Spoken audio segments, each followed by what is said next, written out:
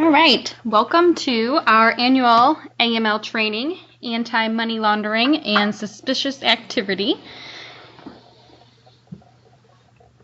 We're going to go ahead and get started here. So today we're going to cover what is AML, anti-money laundering, and SAR, suspicious activity reports, training and testing, what are the requirements, who is our compliance officer here at Equity, what are their responsibilities when looking at red flags and suspicious activity, the portions of AML, the anti-money laundering. Filing a SAR, how to go about initiating that and who to talk to when it comes to having to file a SAR. Red flags, penalties, what happens when a company or an individual is penalized for not meeting the criteria of the law. Assessment, test, yes, there is going to be a test. So once you've completed the training, you will have to pass the final assessment. And attendance. Everybody is required to attend the AML training once a year. That's everybody in the company. Let's go ahead and get started.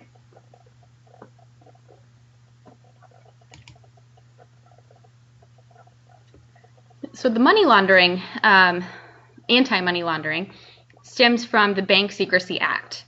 This act was passed in 1970, so obviously quite some time ago, and it was established to detect and prevent money laundering.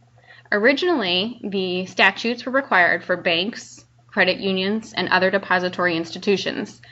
Originally, again, starting with those institutions, and then they added later on casinos, jewelers, and stockbrokers. In February of 2012, FinCEN, the Financial Enforcement Network, is a bureau of the Department of Treasury, issued a final rule, and it added all non-bank residential mortgage lenders and mortgage loan originators, meaning the companies, to be in compliance with certain BSA regulations. As of, again, ordered on February of 2012, but had to meet that compliance no later than August 13th of 2012.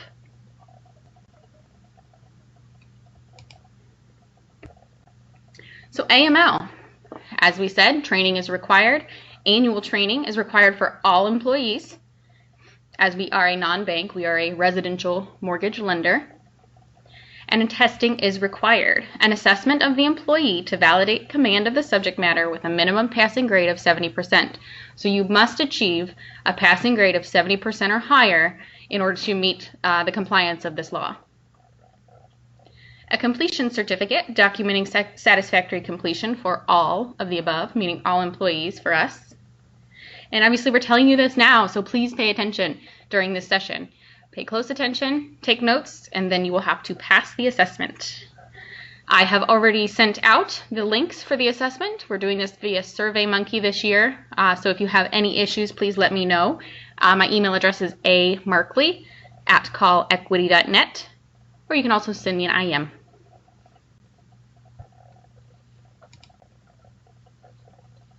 Our AML program. We must incorporate the following core actions to meet the AML requirements. The program develops policies, procedures, and controls based on the licensee's assessment of mortgage fraud, money laundering, and terrorist financing risks associated with the licensee's products and services. We designate a compliance officer to ensure the proper implementation of the programs and ensure that the program is updated as needed. The compliance officer ensures that employees receive ongoing training to maintain compliance with the BSA. And here our training department helps orchestrate and create that training to meet the compliance officer's duty in that regard. Our compliance officer will independently monitor the program to ensure it is adequate. This will include the retention of the SAR documentation for 5 years after filing. So our compliance officer will have record of all SARs filed for at least 5 years from the date filed.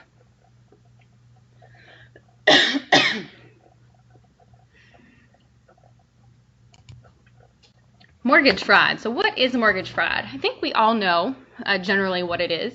By definition, it is a crime in which the intent is to materially misrepresent, or omit information on a mortgage loan application to obtain that loan, or a larger loan than what they actually would have been eligible for had the lender or borrower known the truth.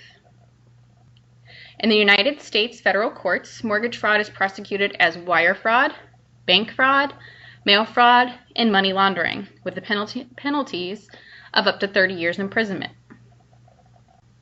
Mortgage fraud is investigated by the FBI, the Federal Bureau of Investigation. Interestingly enough, it's not a specific Treasury Department, CFPB, or any of those entities. It is actually the FBI that steps in to investigate mortgage fraud. There are two types of mortgage fraud, one being fraud for profit and one being fraud for housing. Fraud for profit is something that we see when people are trying to make or create money that shouldn't be yielded to that individual, that criminal, quote unquote. It involves a profit scheme, so their desire again to make money. They most likely will not pay the mortgage, and usually many parties are involved. So sometimes you might see, what we tend to see, I should say, is a realtor involved in a scheme somehow, a wire fraud, to direct the wire of the funds to a particular location rather than the correct title company or location the funds should be going to. Fraud is committed throughout multiple transactions. It can be done by someone looking to finance the loan and get the funds little by little, so they overstate certain amount of funds, certain amount of fees, and are the end receiver of those fees, and time again doing this obviously creates a larger amount of funds for them received illegally. Losses are huge for banks and mortgage companies. Obviously, these are the people creating the money, using that money, providing that money to that individual who has frauded them. Fraud for housing is more prevalent than fraud for profit, which we know here as a mortgage company. We're typically seeing borrowers who really want to get a home and simply cannot qualify, so they find ways or look into consult somebody who might give them some suggestions on how to do that. The desire to purchase the home, and normally it involves only one loan, so they strive to obtain this loan no matter what they have to do to get it. Perpetrators may include a borrower or a loan officer, and the borrower intends to repay the loan, but they just don't meet on paper for some reason.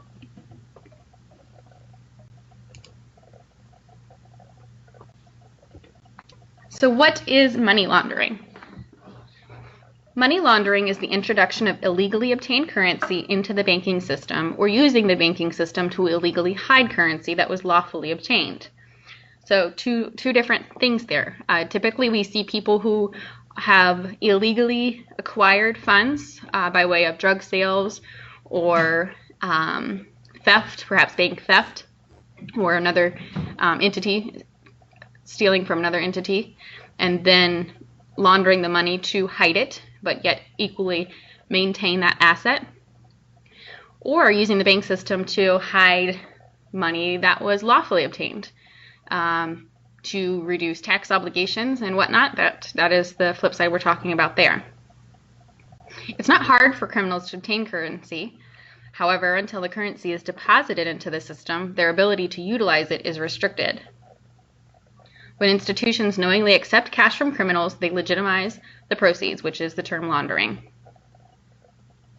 Accordingly, criminals must do business, and we must be diligent in detecting and reporting suspicious activity. For the purpose of non-banks, this amounts to fraud, mortgage fraud, identity theft, and related red flags, with the focus of the policy and the related final rule being on mortgage fraud and the reporting of same via SAR.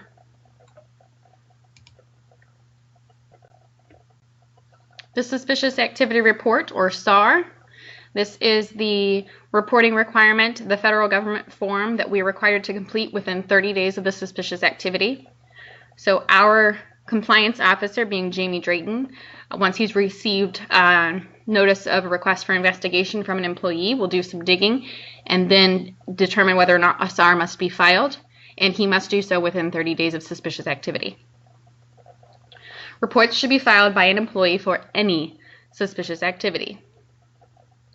Jamie can be reached here at our Newark office. There's his number and email address. And again, Jamie will decide if the SAR needs to actually be filed with the government. A SAR is confidential, and the information gathered is only allowed to be shared with agencies authorized to examine federal, state, and local authorities. So that means the agency that we're filing with, the federal government, the state and local authorities as needed for criminal activity. Do not share with the borrower or the person named as suspect. You cannot discuss that a SAR was filed with a realtor, a borrower, a title company. Nobody else can know or should know, and you should not share this information with anyone. So what is a red flag? Red flags are inconsistencies in the information presented in an application or a loan file that would cause someone to take a second look to eliminate mistakes or identify misrepresentations. So that leaves it pretty wide open, right? Looking for inconsistencies, that's part of our job. That's what we do. There are some items that should be red flags and have you take a second look into something else in the loan file to determine if it lines up with other supporting documents or the 1003, for example. And again, looking to eliminate mistakes or identify misrepresentations.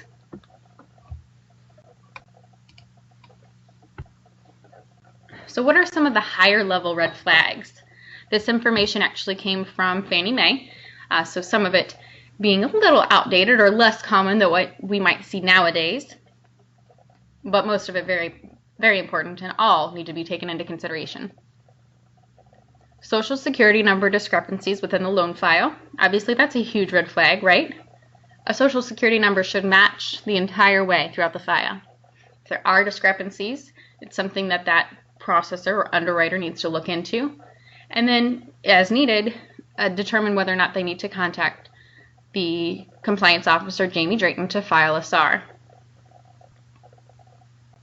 Verifications addressed to a specific party's attention.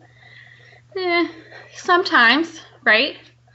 You might see that Sally Smith is our borrower, and we should be, per Sally, sending that over to Jane Smith, who works in HR at the company. That might be a red flag, right?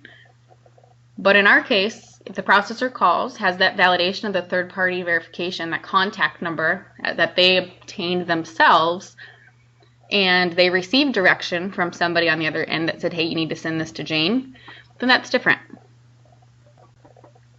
Verifications completed on a weekend or a holiday. Hey, some of us work weekends. Some of us do come in on holidays. It's a red flag. It needs to be considered. You need to look at the entity that's providing that verification. Does it make sense that that person would have actually completed this on those particular days? Or, does it not? Looking for deletions, correction fluid. Obviously, we don't see things, not getting originals these days for whiteout. But when looking at documents, you can tell when something's been altered or changed. So that needs to be looked at closely still, even though being electronic images, copies. Excessive number of automated underwriting system submissions. We all know that we get this stiff from the underwriters. Processors must be completing the processor cert to explain why. And if the processor doesn't know why LO did this, then they need to be consulting the LO. What are we looking at here? We are looking into what was done, what was the reason for the excessive amount of submissions. And the issue could be that a loan officer or a processor or somebody was attempting to over and over obtain that AUS approval. And what they did was determine how much income and assets that AUS wanted to see to issue that approval, and then they're going to turn around and somehow create that exact number for income and assets to maintain that approval. That's a problem, right? Fraud.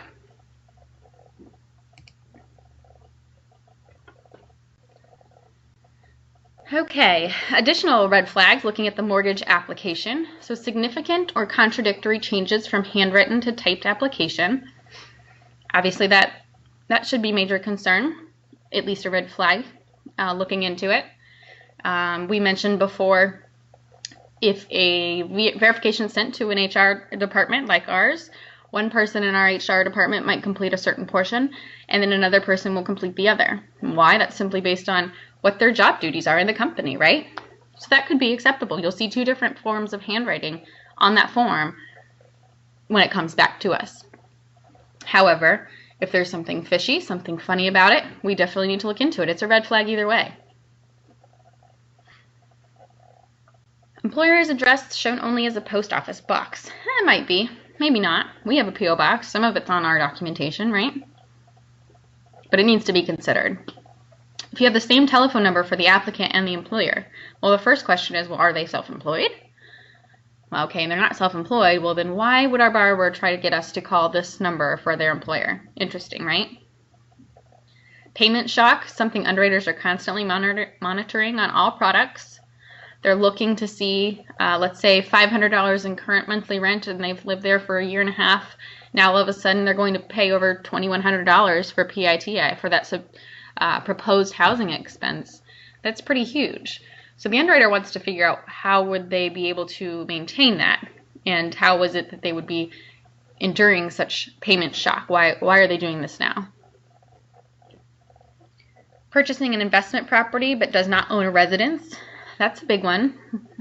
You'll probably see underwriters stip for that, and they're going to stip for verification of living rent-free or whatnot. Sales contracts. Red flags we might see in a sales contract. Non-arm's length transactions, where the seller is actually a real estate broker or a relative. This can be acceptable. It does happen. We just need to watch it closely. The underwriter is going to be looking for particular things in the file to make sure that it's a legitimate situation. For example, the appraised value. Looking for inflated appraised value when there's relation between the two parties. What else? Power of attorney is used. Sometimes we might see that as a red flag, right? We need to know that file. We need to understand what their situation is and why, does it warrant that borrower not attending closing and using a power of attorney?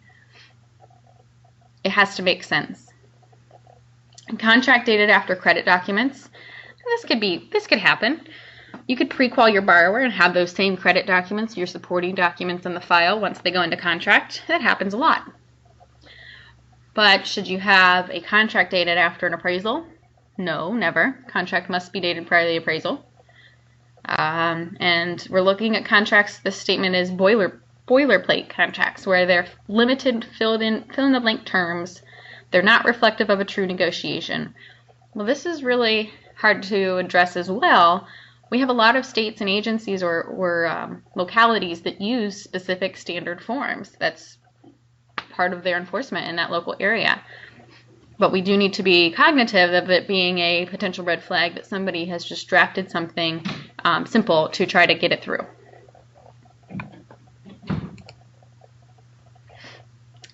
Red flags on credit. This is a big topic. If a credit report comes back with no credit history or thin credit, what can this be an example of?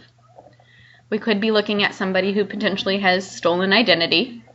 There could be, most often when this occurs, they've stolen the identity of somebody who is young, 4, 5, 6, somehow gotten a hold of their social security number and has started a credit history with this, and that would reflect, obviously, no credit or thin credit. Liabilities shown on credit that are not on the mortgage application. This can happen. Borrower might have a couple liabilities they didn't necessarily think of when we were completing the application, but more often than not, our mortgage application, our 1003, is going to reflect what we had on the credit report that we've pulled prior to that borrower even looking into it. So that's not going to be often for us, but it can happen. Authorized user accounts that have superior payment histories. Why would this be an issue?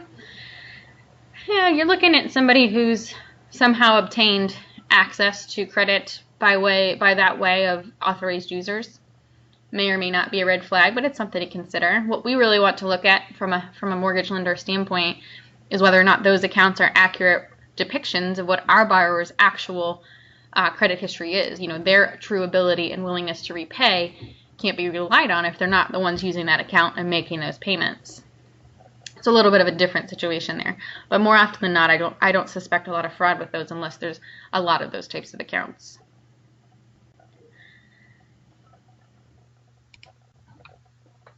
Employment and income. Definitely we can watch for red flags here. We should be watching throughout, but there's a lot of times where people will fraud through either income and employment documentation or their asset documentation. Why is that? Obviously they're frauding for housing, right? They're not frauding for profit. Employer's identification number has a format that's other than the one shown here. It's 9 digits with 2 in the front, followed by the remaining 7 beyond the hyphen. So we're looking at the W-2 for this particular example. If a W-2 shows a strange format, then that needs to be a red flag. We need to be looking at that as a red flag. Real estate taxes or mortgage interest claimed, but no ownership of real property was ever disclosed. That's something the underwriter is going to be looking at, right? The Schedule E of real estate owned. If they claim mortgage interest and taxes and don't disclose that they have a property, there's got to be something to consider there. Or even in their schedule, their page 2 and their Schedule A of their returns. That information could be shown there, and they may have disclosed they never owned property or don't currently own property.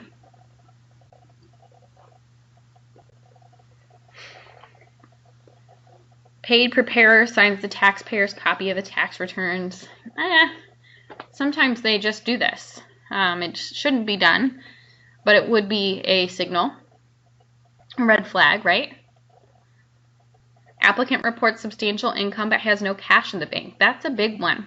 So if a borrower says I make $10,000 a month and they come in with their 3 different bank accounts and one has 300 and one's 1,000, we're looking at these and thinking, so where does all your money go?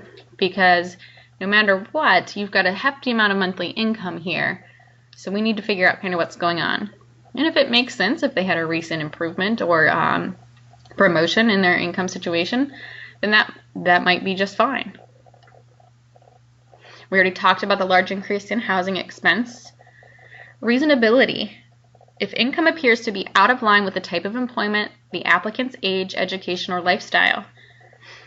So if we have somebody that says they're a part-time, janitor or cleaning service for a particular company, is their income in line with what makes sense with that? Not necessarily, let's say that they're self-employed. They could very well make sense. They take on all the jobs they can get and they make a lot of money. That's great. But if it doesn't add up, if they're 19 or 20 and they haven't been in the business long, then it just doesn't add up, right?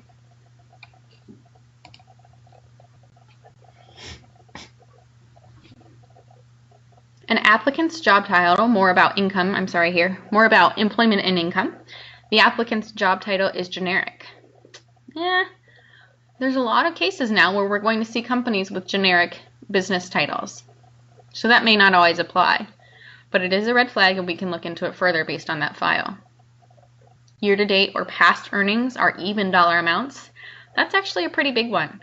Most often when documents are fraudulent are created to obtain housing or fraud for profit for that matter, then they're going to not really think about details as often as they should. Now they may, but in this case, that should be a big trigger, a big red flag. Say, hey, why do we have such even earnings? What are we looking at here? And then what is our next step there? We're looking at getting that full VOE from somebody, third party, making sure we took that step, getting transcripts or perhaps even W-2 transcripts on that file as well to make sure we know what's going on and that we're validating what we're using for income. Abnormalities in paycheck numbering. So sometimes we'll have checks that come in and they are obviously they should not be in sequential order. That borrower's not the only employee, right? But they should definitely the numbers should be getting higher as they go. A business would 99% of the time be following the checkbook, procedures and using the check that comes next every time. And that number should be getting higher and higher. A W-2 form presented that's not the employee's copy. Sometimes this might be something to look into, especially if there's other things in the file that aren't adding up. But there are cases where a borrower might obtain a copy from their employer because they don't have that paper form from last year or the year before. There are situations where this just might not be applicable as a red flag.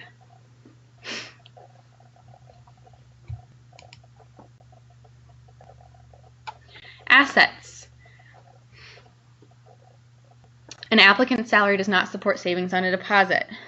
So we talked kind of with the flip side, the salary being super high, and their bank statements of the last 2 or 3 months that we've seen showing very little. Now, what if the borrower makes nothing, nothing substantial, but then shows a lot of money coming in the last couple months in deposits, in the way of deposits, or even a large amount of deposit, and they've only been in the work field for 2 years. We definitely need to take that into consideration and comparing. Does it make sense? Perhaps they had an inheritance 6 months ago, and they've stocked that money away, and now they feel comfortable with buying a home. That'd be acceptable, right? Pattern of loyalty to financial institutions other than the subject lender. So this is interesting. So this could be twofold. Is it a red flag? Potentially. If the borrower works for, let's just say, PNC and has 3 checking accounts with PNC and previously had a home equity loan with PNC, why are they coming to equity? That's great, but we need to take that into consideration. Are they manipulating the system? Do they know enough about the industry to be manipulating the system and using that to their advantage to obtain a loan fraudulently? Or, like we just said, they were brought to equity because of customer service. Hey, I know it's my employer, and I know I've banked there before, but you have better fees, and my best friend is Joe Loan Officer here at Equity, and I really like it, and I've been impressed with it, and I want to continue to get my loan here. That makes sense. So dates of bank statements are being unusual or out of sequence. So how often do you see a bank statement dated from January 1 to January 31? That can happen, absolutely. But what if the next month you got the statement, consecutive statement, and it was dated January 21 to February 20? That's odd, right? Something's not adding up there. Sometimes there can be reasons for that, but it should be a red flag, and it's something that we should be looking into if it comes across your desk. Thinking of one way that would be actually legitimate is if the institution was acquired by another institution, and at that time that was the exact date and that occurred, and so their bank statement period might change as well.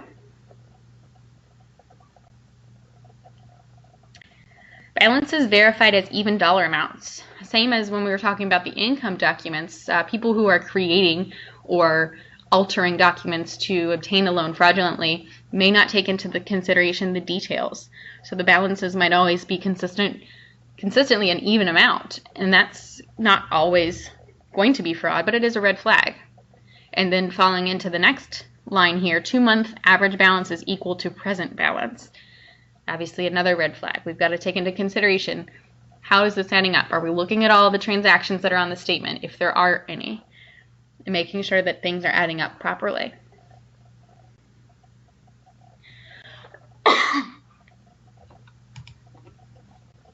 More asset red flags. Earnest money not reflected in the account withdrawals.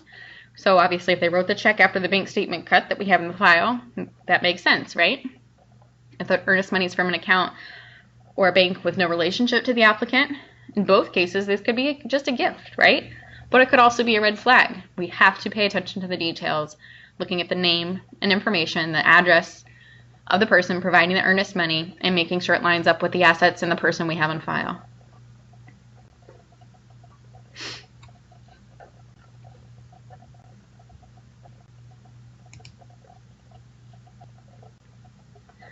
Some appraisal red flags. I won't go into this too much here, but there are some red flags that could come through on the appraisal report as well.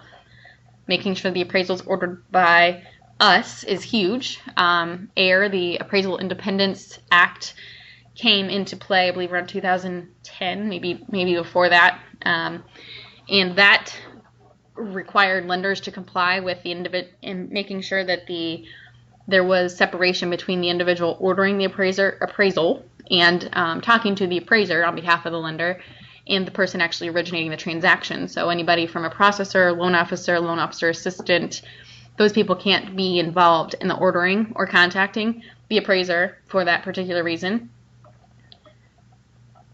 Occupant shown to be tenant or unknown. That's a problem, right? Especially if we're doing an owner-occupied refinance. We don't want to see tenant or unknown. We want to see the pictures show that the property should be occupied, and the appraiser should know that it's owner-occupied. When purchase price is substantially higher than predominant market value, that's a big one, right? We want to know that our purchase price is completely supported by the area, the market value in the area, the opinion of value based on several comparable sales and similar sales in the area.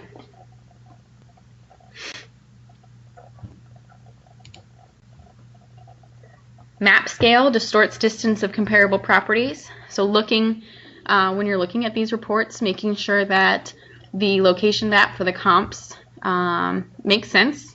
It's not altered to make it appear as though they're all close together, and perhaps it's zoomed out so much so that it's incorporating, it's basically a map encompassing 17 miles. That's not accurate, right?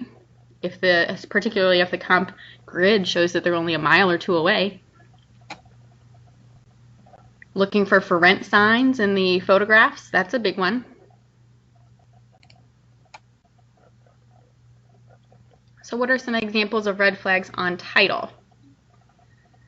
The evidence of financial strain may indicate a compromised sale transaction or might suggest undisclosed credit problems in the case of a refinance. Some indicators of financial strain may include income tax, judgments or similar liens, delinquent property taxes, notice of default or modification agreement that's been recorded.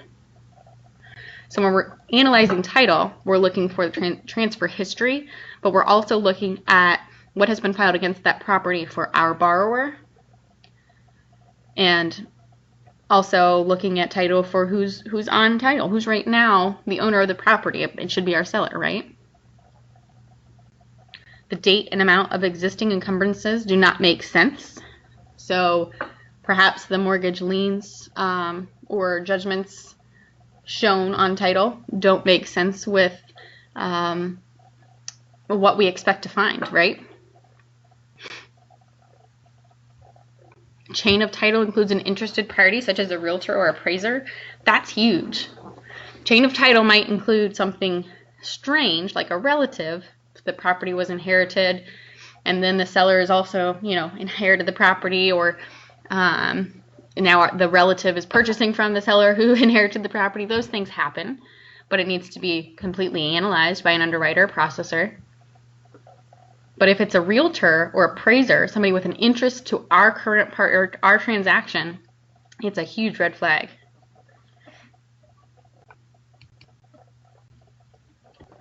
Occupancy red flags, owner occupancy. So if the real estate listed on the application on the REO section, but the applicant is a renter, that's pretty big, right? Applicant intends to lease the current residence.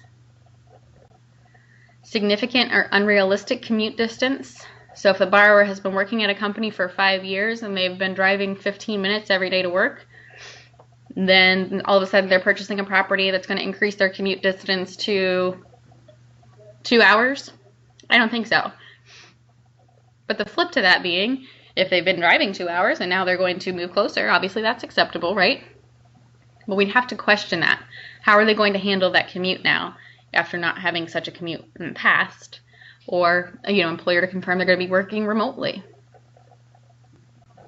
Sales contract being subject to an existing lease. That's another area we can look at the sales contract for, trying to determine if a borrower who says they're purchasing the property as an owner-occupied property as their primary, but then we find in the contract that it's actually subject to a current rental lease.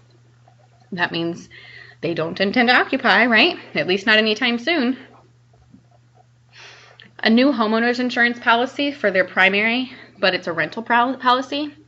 So if you look at your homeowner's insurance declarations page, you can see specifically what type of policy it is. And in most cases, it spells it out if it's truly a rental policy. Not to mention they'll have rental income coverage, for rental loss. So those are triggers that should definitely be looked at by processors, underwriters, LOs, whoever's involved.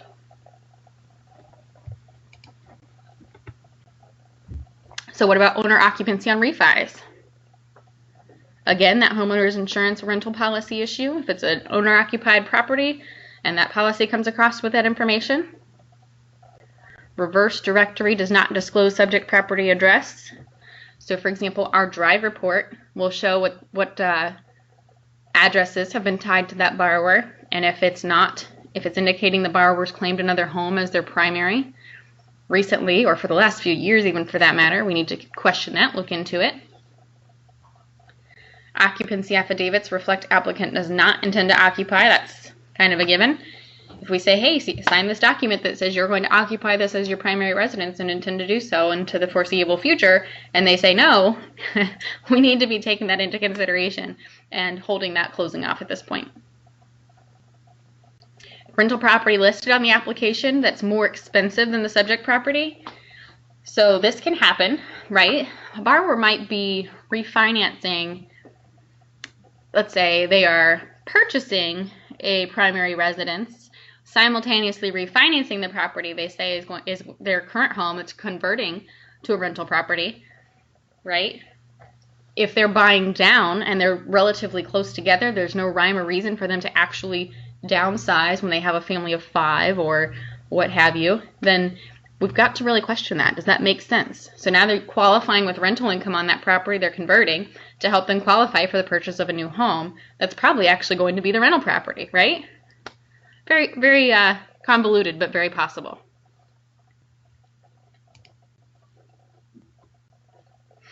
The closing disclosure. So folks that are reviewing the closing disclosure, LOs or LOAs, and then of course our closing end, they should be looking for some of the sales price that's inconsistent with the contract or loan approval. That's obviously a big one. We wouldn't be able to accept that closing disclosure as being the final. We'd have to figure out what's going on, where's the discrepancy, and make sure it lines up. Earnest money deposit that's inconsistent with the contract or application. Obviously, we know there's cases where we won't require them to qualify with the EMD because they can't document it sufficiently. So perhaps the application's not going to show up, but the sales contract still will. Either way, if it's not on the 1003, it should not be on the CD. Excessive sales commissions or fees or points. These are items that perhaps a loan officer or a realtor might help, increase those costs for their benefit, right?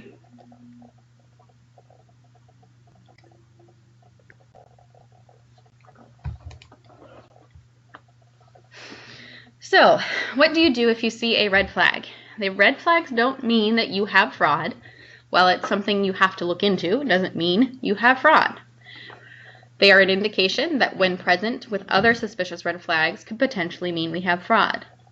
When an employee of Equity Resources has reviewed the red flag that came up and they have reason to believe there's a true issue, they must notify the compliance officer through a suspicious activity investigation report. That form will be sent to you following the presentation, and you must review how to complete. The employee will be asked to investigate further under the direction of the compliance officer, which may include gathering additional information internally or from third-party sources. So Jamie will get involved, take a look at your concern, and determine what the next step will be. He should always be the one to lead the guidance, to lead this investigation, and reject the customer's file if any suspicious behavior cannot be explained. So this is something, again, that upper management will take care of. Jamie leading that search, that diving into the file and all exploring all options before simply turning down the borrower or notifying anybody that the file could be turned down. We've got to hold on until we find out what's going on, and you get that direction from Jamie. You may tell a customer why you rejected their file after the fact, once it's been told to you by Jamie that, yes, we're going to have to do this. Yes, we're going to have to look into this, and yes, the file will need to be turned down. He may or may not actually tell you a SAR is being filed, but he will give you direction based on the file at that time. He will fully explain your concerns and issues so that you can relay them to the customer as well. Again, you may not tell the customer about a SAR filing. Typically turning down the file for the reason on the red flag if we do have to file a SAR. It's not a lot of times where we end up filing a SAR and we're able to keep that file going and get to closing. Makes sense, right? Especially if the borrower is involved. Here's what our suspicious activity investigation report looks like. So our SAR investigation piece that the employee is doing when they discover the issue, to then report it to Jamie, who will then look into it further as well. So questions. The realtor is someone that is listed in a recent article you read on mortgage fraud. Is this a red flag or concern? Yes, absolutely. That's a red flag. Maybe their name is Joe Smith, and it may need to be looked into further. Perhaps Joe is in Texas, and we're not licensed there, so it shouldn't be a problem. But it could be something that you definitely have to look into further. The tax returns and file don't match the tax transcripts returned. Of course, this is definitely a red flag. We need to look into this and figure out what happened. If the borrower filed an amendment, that could be the reason for some discrepancy, but we would have to then obtain the amended, the original amended returns to justify that. Pay stubs have the borrower's name spelled differently than what's in our file. Obviously, yes, that would be room for concern. However, typos happen, right? What if the loan officer did the typing here on this application? What we're going to do is look at the supporting documentation. Does it all jive and spell the same way that the pay stubs show? And the Encompass is actually the one that's in the wrong here, then, or loan officer for that matter. Then we need to verify the accurate spelling and correct it. That would simply be the only step to take in that case. If it led to other discrepancies throughout the file, then we know we have an issue. The employer, when contacted, refuses to verify anything and hangs up on you. Absolutely. This is definitely a concern. You need to look into the file and consider if you need to consult as a SAR, or if we need to notify the loan officer that, hey, simply put, employer's not working with us. There could be two options there, right? There are multiple $9,000 deposits into the borrower's bank account last month. Well, a couple things here, right? What's the borrower's income? Where are the funds coming from? From a lending standpoint, we're looking at that. But we also need to take it a step further. $9,000 is only $1,000 less than that cutoff. $10,000 requires that it's a transaction that requires additional documentation and flagging on the bank's end. So they're probably circumventing the system by doing multiple $9,000 instead of $10,000 deposits. The borrower does not return a phone call when you've called to inquire about his verification to work in the U.S. Of course, this means that you've attempted multiple times. The loan officer has been involved, attempted multiple times. So this very well would be a room for concern.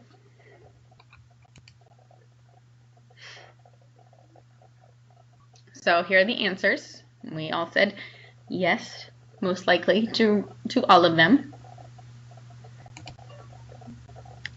So this past year, we have seen a renewed vigor in potential fraud. What does that mean? It means that the year prior to, we had less complaints and concerns of fraud than we did this previous year. Some were apparent and some were not. So we're going to review some of these potential fraud situations and how we can all learn and grow. Most of the fraud this past year was caught by some very aware staff, and obviously Equity is very appreciative of those individuals, but not all of it was caught. So it just goes to show that we need to continue the fight against fraud and educate our employees again and again on what the red flags of fraud are. Of course, no blame being placed here.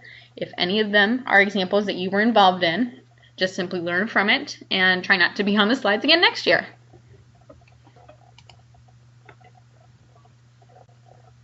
So fraud situation number 1, VOE fraud.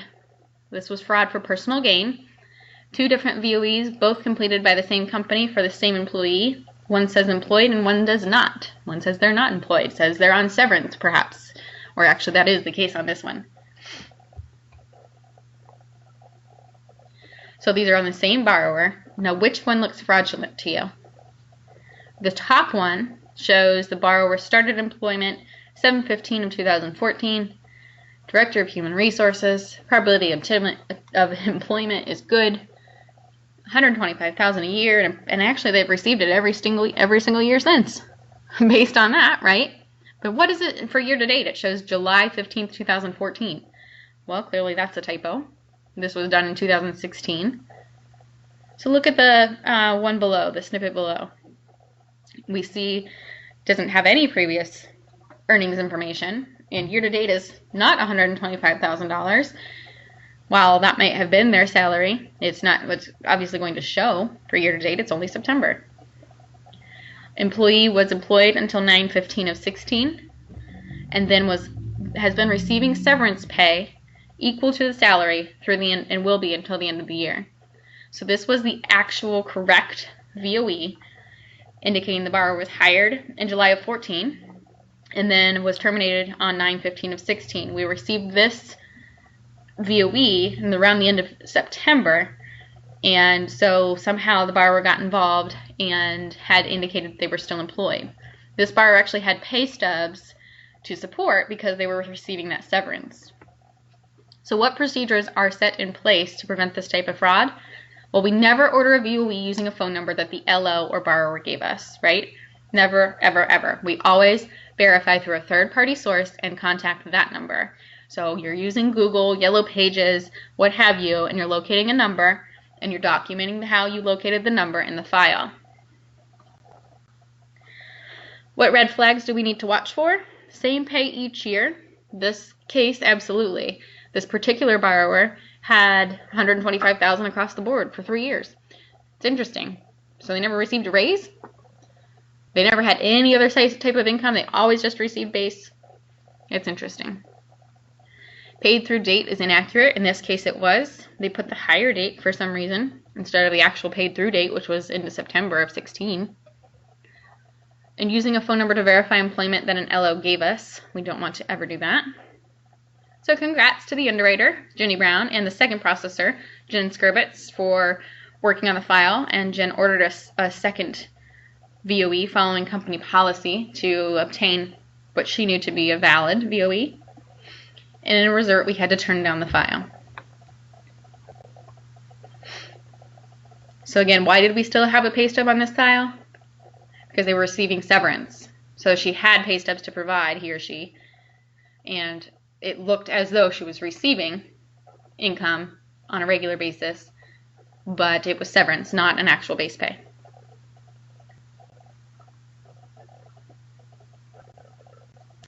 Number 2, wire fraud. We all know about this situation. We had a fraud for profit scheme due to wire fraud, and it could have been prevented. The emails that were sent to us from 2 different email domains were the first red flag.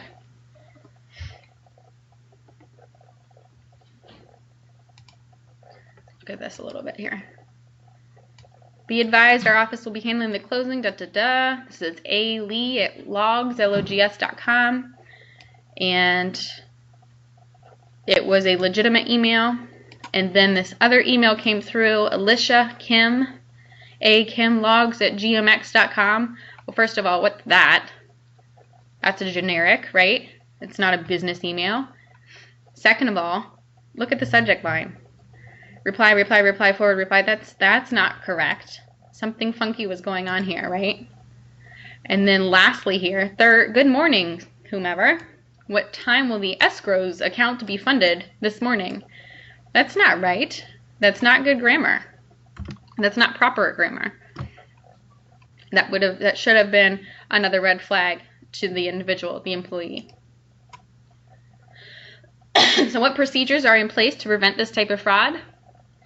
Contact the title company anytime wire instructions are changed. Every single time. Pick up the phone, call the title company. Did you change wire instructions? Please confirm the last 4 digits of the wire instructions. You know the steps. You have it in your saved somewhere and in the manual to prevent this type of fraud. Never email wire instructions that we have on a file to a title company or anybody that says they are that title company. The title company in this situation actually said, what wiring instructions do you have? We think you have old ones. Please send us the ones you have. And the employee actually did this. That was a huge red flag. The title company will never and should never ask you to send. And if they do, you need to look into it and do not email.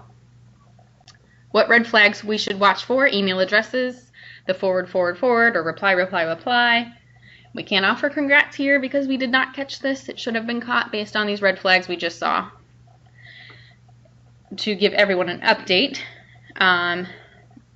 This took 80 hours of work, of which 40 hours were Kelly Welch solely looking into things with the title company, the bank that received the funds, SunTrust, I believe, and then, of course, our insurance coverage as a company had to be looked into as well, whether or not we were covered, how do we determine that, and how do we work towards correcting it. We did receive $130,000 back of the $133,000 that was wired. So basically that person represented a title company, was not a title company, took the wiring instructions that we had given them incorrectly, and created an account with the same routing number, updated the instructions, sent it to us. We then sent it on to our setup department to get that title company information updated, the wire instructions, and then we went ahead and wired those monies to the fraudulent account. Fraud situation number 3, signatures not matching. See the pictures that don't match on the documents. There's a driver's license, LOX regarding full access, authorization to release information, Darden's LOX in the front, signed in front of the LO, so the LO was actually present when the borrower signed it, and then an LOX regarding mother's address. So we have the borrower, driver's license, here's her signature here, LOX matches up, right? Similar signatures. 1003, this is a page from the 1003, borrower signed, matches up, all 3 of these match up. Then we go to this document, the acknowledgement and receipt of a copy of the LE. Does that match? No. What happened on this situation was the borrower was completely in the know about the loan and was fully questioned about what was going on because people reported this to Jamie for him to research. But what had happened was the mom signed the initial documents for the borrower with the borrower's permission. It is not okay, but once we did our due diligence, researched into it, talked to the appropriate parties, we decided not to turn down this file, and we went ahead and proceeded with the loan. Number 4, fraud for personal gain. Tax returns were filed and the transcripts received were not matching. So Rob McGeorge brought this up to us. It is an older scenario, but if you look, we can see that the income, adjusted gross income, they claimed was over $68,000, right? In 2013, adjusted gross income $24,025. And other income loss of negative $9,000. That's not even showing here in the other income line 21. So definite red flags there. Different social security numbers on this example. They were used different on the VOE from employer with start date. Permanent resident card had a different date. VOE shows work there since 1/18 of 16. The W-2 and filed from the same employer was from 15 under a different social security. Something was going on, right? So look at this. So the VOE showed a start date of 16, but they had a W-2 from them in 15. Didn't make sense. When we contacted the employer explained, well, we can only look up the borrower based on the social security number you gave us. Well, so they had different social security numbers on file as well. Something very weird and strange going on here.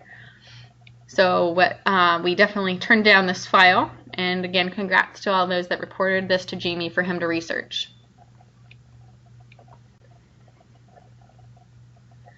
Down payment fraud, large deposit from the employer to the bank account versus the normal amount, which was around $2,600. When the borrower was asked about it, he became very combative and refused to give us anything, so that was a red flag there, in addition to the underwriter looking at the large deposit that didn't line up.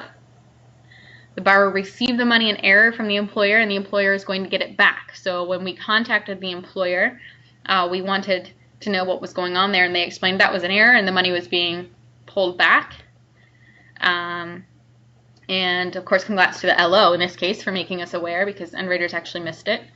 But we definitely had some fraudulent funds. Basically, the borrower didn't want us to dig into it because they knew that we would find out the funds wouldn't be there by the time closing actually came around. So the borrower provided us a statement showing sufficient funds to close, knowing that those monies weren't actually going to be there at that time.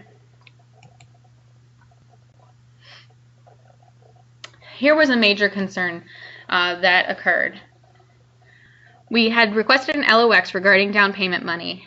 I'm sorry, yes, that's correct. And it appeared to be made up, fraud for personal gain. The letter didn't match the explanations earlier in the file, nor did it match the bank statements. We had an employee who's no longer with us, did not follow proper procedures, investigated it herself rather than reporting it to Jamie. The employee should have reported it to Jamie and let him give the next steps to determine if it was truly fraud or if our internal employee had actually made up the letter. The employee instead blamed another employee for making up the letter to an underwriter.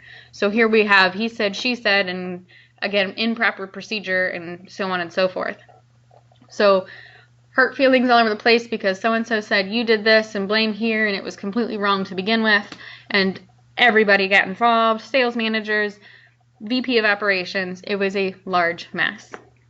So make sure to always follow company procedures. If nothing else here in this situation, follow company procedures to avoid this disaster. Report concerns to Jamie. Don't go around talking to your buddy or the underwriter's manager, they missed this. You need to take the proper procedures to prevent getting unnecessary folks involved and to do it in the proper procedure, proper company policy. Employee who did the blaming and investigating rather than report does not work here anymore. So I'll say that again. All right, so penalties. Try to cover this quickly. We're nearing an hour here. Civil penalties will be assessed depending on whether the violation is deemed to be willful or negligent.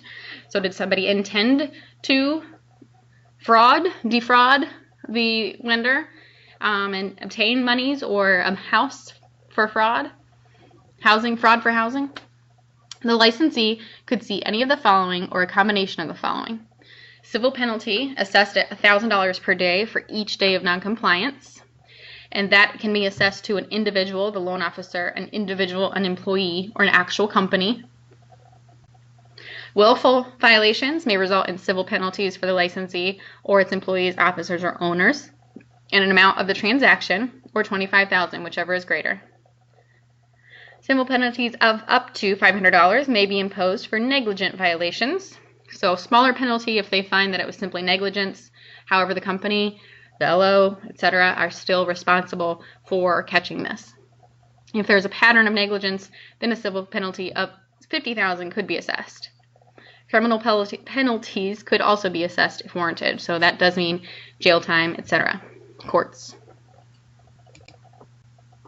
Again, assessment is required if we haven't said it enough. I will send you the assessment test. Actually, it should have already been sent to you by now if you're viewing this recording via SurveyMonkey. Do not open that link until you feel confident and ready to take that assessment. Complete it on your own. Don't get help from your neighbors, office mates. Passing score of 70%, or else we will have to send you the link or a new test again and the training, and you'll have to pass. There will be 10 questions, so you have to get 7 right to pass. We can do this. Attendance is mandatory. You will be receiving this recording and certifying in your survey quiz via SurveyMonkey that you attended the training, completed the training via this recording.